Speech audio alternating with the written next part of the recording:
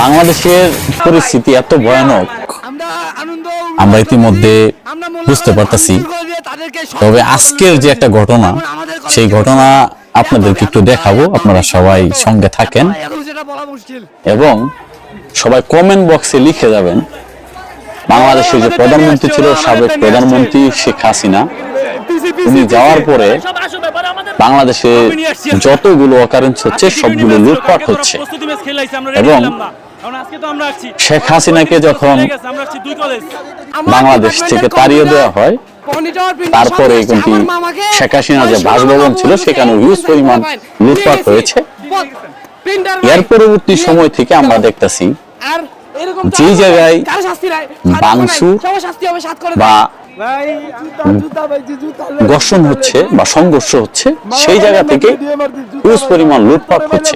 যেমন আজকে আপনারা ইতিমধ্যে দেখে ফেলেছেন যে ঢাকা যে মোল্লা কলেজ আছে, ওই কলেজেও হিউজ পরিমাণ ভাঙচুর এবং কলেজের ভিতরে যত আবাসপত্র ছিল সবকিছু ছিনতাই করে নিয়ে আসছে, সবকিছু জার্জির মতো সবাই নিয়ে আসছে।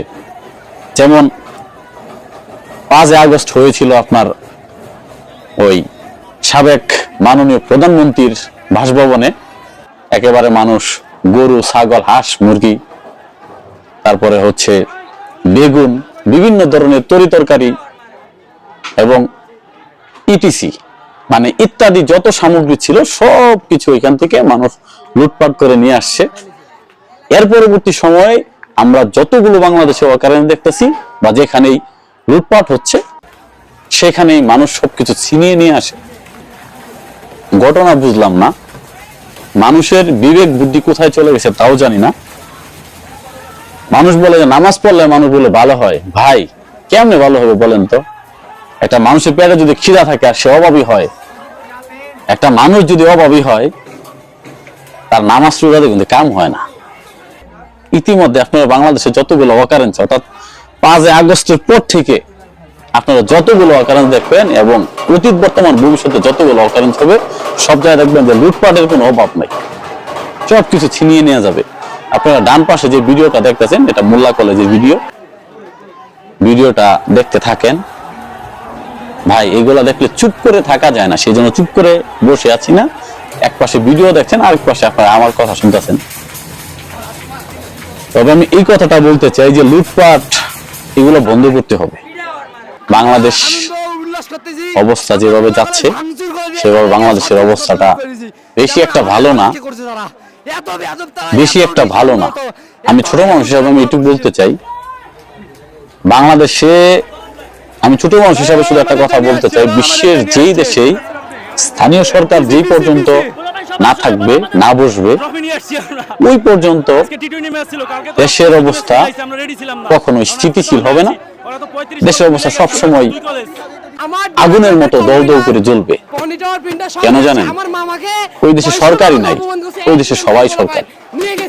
যে দেশে আইন নাই, বিচার নাই, সরকার নাই, সেই দেশে মানুষ কত টাকাকে মানবে?